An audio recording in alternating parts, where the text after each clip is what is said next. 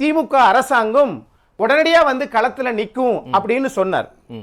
ஆனா மிக்ஸா புயல்ல தமிழ்நாட்டுல சென்னை, காஞ்சிபுரம், செங்கல்பட்டு, திருவள்ளூர் இதெல்லாம் இருந்தபோது தமிழ்நாட்டுடைய முதலமைச்சர் இந்தியா கூட்டணிக்காக டெல்லியில் நின்றார்.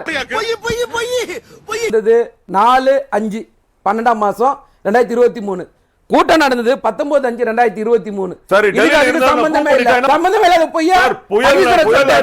கேட்கிற கேள்விக்கு பதில் சொல்லணும். மதிவானம் கேட்கிற கேள்விக்கு அதுக்கு தானே வந்திருக்கீங்க, சொற்பொழிவாற்ற வந்திருக்கீங்க. சொல்லுங்க, கேள்விக்கு தானே பதில் சொல்ல போறீங்க, சொல்லுங்க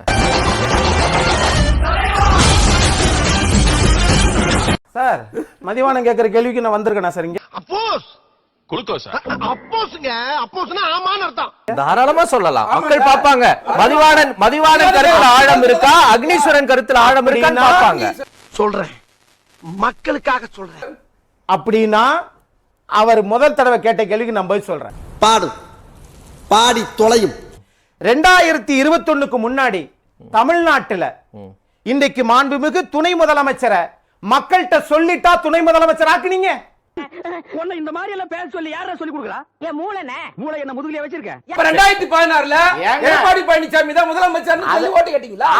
இப்படி குண்டக்க மண்டக்க பேசினா ஒரு மனுஷன் என்னதாப்பா பண்ண முடியும்பா? நன்றி. ஓகே நேரா சம்பிச்சு விடுங்க. இந்த நாடாளுமன்றத்துல பேச விடாதீங்க. உனக்கு என்னப்பா, நீ பைத்தியம், நீ என்ன வேணாலும் பேசலாம். திரிணாமுல் காங்கிரஸ் அந்த நாடாளுமன்ற உறுப்பினர் நேரடியா போய் அண்டன் டீலிங் அறிவு இருக்கா?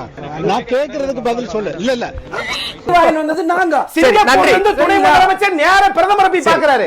தமிழ்நாடு முதலமைச்சருக்கு 15 நிமிடங்கள் கொடுக்கறாங்க. ஆனா 45 நிமிடம் பொறாம லைட்டா என்ன பேசுனாங்க? பிரதமர்ட்ட 40 கேக்குறானே, தப்பா சொன்னா கொன்றுவானோ. 15 நிமிஷம் அண்டர் டீலிங், 45 நிமிஷம் அண்டர் டீலிங். அப்ப அண்டர் டீலிங் வச்சிருக்க பிஜேபி கூட நீங்க என்ன பண்றீங்க? Good question.